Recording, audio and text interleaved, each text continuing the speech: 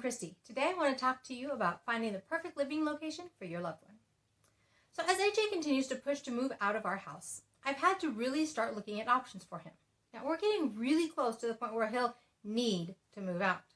And like every other responsible parent out there, I want to do my best to make sure we move him into the best situation for him. So over the next few weeks, I want to take a look at some of the options I'm discovering as I look into this more deeply. As I run into other people and talk to them about opportunities they know of, and as I begin researching the area, I'm discovering that there are more options than I first thought. Some of them even here in Vegas. I never would have expected that. As I've mentioned on numerous occasions, AJ has said for years that he wants to live in my own house. And for much of that time, it has literally been in a house he buys. Not an apartment, not a real house, preferably that he owns. And he's been pretty adamant about it. Now, over the past few months, he's developed even more of an opinion about his future living situation. I don't want a wife or kids. I don't want to live with a buddy. I want to live in my own house, on a farm, or on my farm. Now, I know, if you read the blog regularly, or you watch these videos regularly, none of these statements are going to surprise you. They're very AJ, and they're consistent with what he's said for quite a while now. But as time passes, he's getting more specific and more insistent about moving out and pushing for a date when that's going to happen. Okay, so part of that is triggered by us talking about Sean moving out when he goes to college this fall. But at 21, it's not an unrealistic option for AJ. But he still needs some supports, at least in the near term. Today, I don't think that he could successfully live independently without any extra support. He's not too far away from that, but the areas that he needs support in are still fairly significant. For example, he isn't yet able to make, cook, prepare meals independently.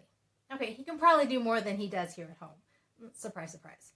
But I'm not convinced that he could make enough different meals or items to sustain himself in a healthy manner. And he doesn't really like to use the stove or the oven well. And he isn't confident about taking things out of the microwave on a consistent basis. Now, I know, I'm not sure he could follow a recipe very well either. And he's getting pickier and pickier about what he will eat. Now, all of this leads me to think that relying solely on himself for making meals could well be a disaster in the making. Now, he also isn't consistent about watching the time to make sure that he's ready to leave the house or do whatever he needs to do when a specific time is involved. Now, he's getting a lot better at it, and I don't think it would necessarily take a lot of work to get him to an independent level. But here at home, anyway, he's not there today.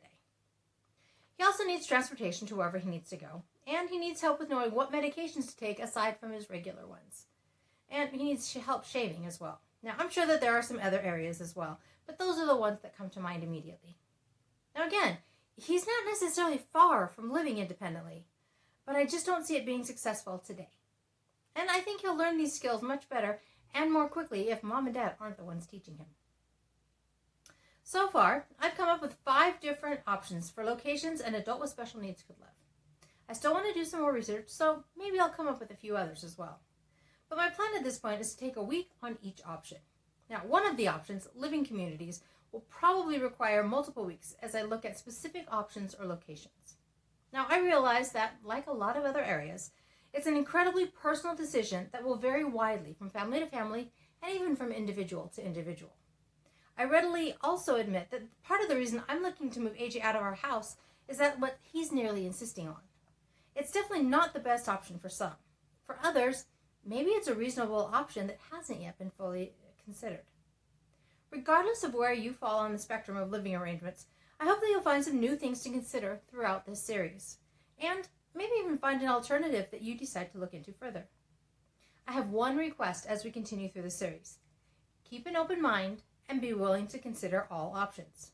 You never know when a new opportunity will present itself. So my question for you this week is this. Have you given any thought to where your loved one might live his or her best life? Have you looked into other options? I would love to hear about it. You can leave me a comment below, or you can leave me a comment over on the blog. That's at www.havenofhopeforme.com. This originally posted in April of 2021. I'm taking the next step on this journey to AJ living independently so that I can continue to say that life is good and there is never a dull moment.